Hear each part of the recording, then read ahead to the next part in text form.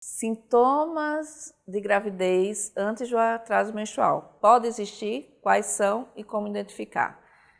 Os sintomas podem acontecer realmente antes do atraso menstrual, tá? Quais são esses sintomas? Você pode sentir principalmente as mamas mais pesadas, mais que a gente chama engurgitadas, elas ficam como se estivessem mais cheias.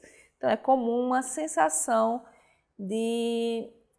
da mama mais pesada mesmo, tá? Esse é um dos primeiros sinais. O enjoo já é mais tardio, porque precisa de um aumento maior de progesterona, tá? Então não se espera que o enjoo seja um dos primeiros sintomas.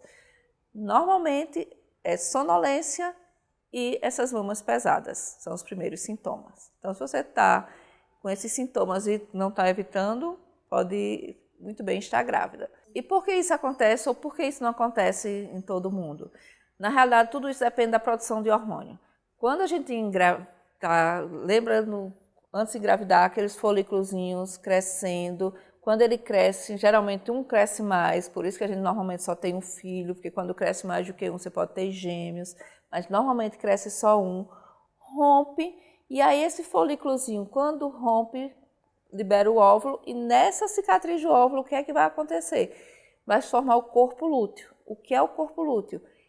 É uma cicatriz no ovário que começa a produzir progesterona. E essa progesterona vai ocasionar vários sintomas, dentre eles a vasodilatação. Então você pode ficar mais sonolenta, você pode ficar com as mamas engurgitadas, porque ele vai dilatando os vasos, tá? E é importante que isso aconteça primeiro. Olha como a natureza é sábia. Ela quer que você diminua um pouquinho, às vezes, o ritmo de quem é muito doida, né? Então tem gente que não consegue parar e é como se fosse uma proteção para que esse embrião, na realidade, se implante de maneira eficaz, tá? E também, quando vai aumentando essa produção de hormônio, faz com que você também tenha enjoo, tá? Por que você enjoa? A produção desse hormônio. Esse hormônio é chato. A progesterona é o mesmo hormônio que causa TPM. Só que na gravidez, o corpo lúteo, quando você não está grávida, ele acaba quando você menstrua. Na gravidez, ele continua por pelo menos 10, 12 semanas. E aí ele produz cada vez mais hormônio. E é aquele hormônio que antes lhe deixa irritada, que lhe deixa com abuso já da TPM, é o mesmo. Então, por isso que às vezes você quer explodir alguém no início da gravidez, você enjoa. Isso também mostra duas coisas. Que você precisa diminuir um pouco o ritmo, precisa ficar de repouso. Às vezes, se você tem muito ritmo, diminuir um pouco o ritmo. E às vezes também uma resposta, indica que essa gravidez está indo bem. Por quê? Porque a produção de hormônio está boa. A gente se preocupa mais quando pode parecer estranho, mas eu me preocupo mais com grávidas que não enjoam. Porque quando ela não enjoa, pode ser que a produção de hormônio não esteja muito bem e aquele processo esteja em risco. Todo aquele processo que é feito para garantir o implante ideal, para o desenvolvimento ideal nas primeiras semanas do embrião, tá? Isso pode acontecer, isso é um alerta, tá? Nas pacientes que enjoam um pouco. Outra coisa que eu sei que é maldade, tá? Mas pode parecer maldade. Mas quando as pacientes não enjoam, elas comem muito desde o começo. E aí elas engordam mais no período que elas não deveriam engordar, tá? Que é as primeiras 12 semanas, certo? Que elas precisam engordar muito pouco, porque o bebê não está precisando de muita carga nutricional, tá? Então ela já começa, às vezes, ganhando o que deveria ganhar na metade da gestação, ganha nos primeiros 3 meses. Então o enjoo também é um mecanismo de defesa para isso. Então não acho tão ruim. Claro que a gente não quer que a mulher enjoe demais, né? Isso vai ser motivo de outros tópicos que a gente vai abordar, o que fazer para minimizar o enjoo, tá? Mas sabendo que ele faz parte dessa produção de hormônio e é uma coisa até certo ponto fisiológica. E aí identifiquei esses sintomas, mas a menstruação ainda não está atrasada. O que fazer? Primeiro passo, procurar seu médico, seu obstetra, e já para fazer uma consulta, um atendimento, ver se não tem outros fatores responsáveis por esses sintomas. Às vezes eu estou com uma gastrite, achando que estou grávida. Às vezes eu estou com uma mastite, inflamação nas mamas, achando que estou grávida. Então tem que ter cuidado para não confundir, tá? Mas aí a médica vai orientar, porque na realidade você só deve investigar realmente uma gravidez quando há o atraso menstrual, tá? Claro que existe um pequeno percentual de mulheres que engravidam que permanecem tendo sangramentos como se fosse uma menstruação. Tá? Nesse caso, o seu obstetra vai examinar e vai saber se precisa ou não fazer o exame.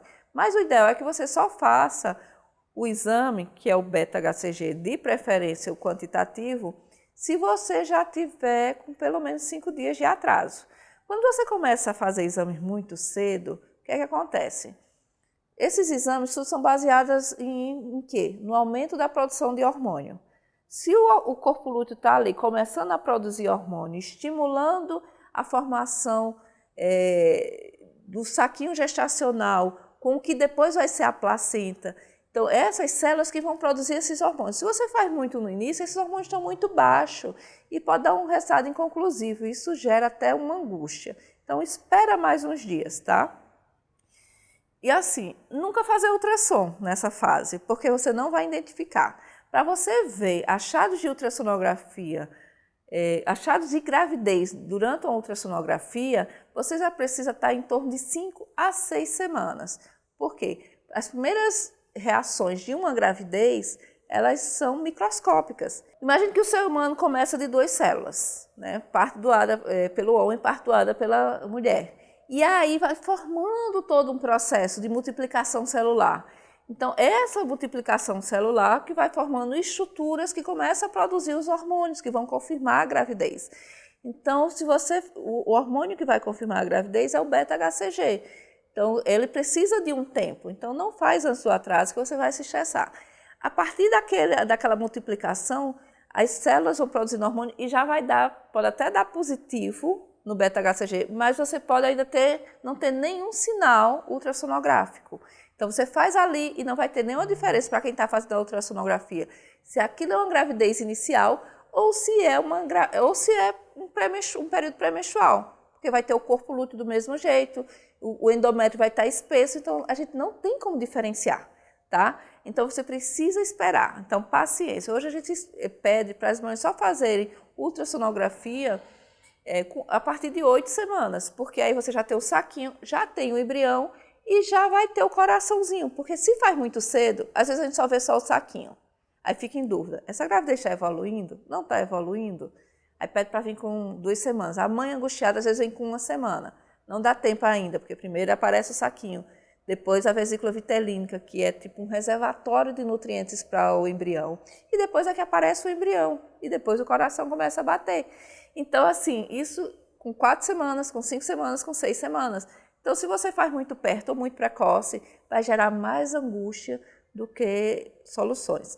O que a gente recomenda é isso, só a partir de 8 semanas a ultrassonografia, a não ser em caso de sangramento, desconfiança que a gravidez não está no lugar certo, aí seu médico vai orientar a fazer antes, tá? Mas não precisa.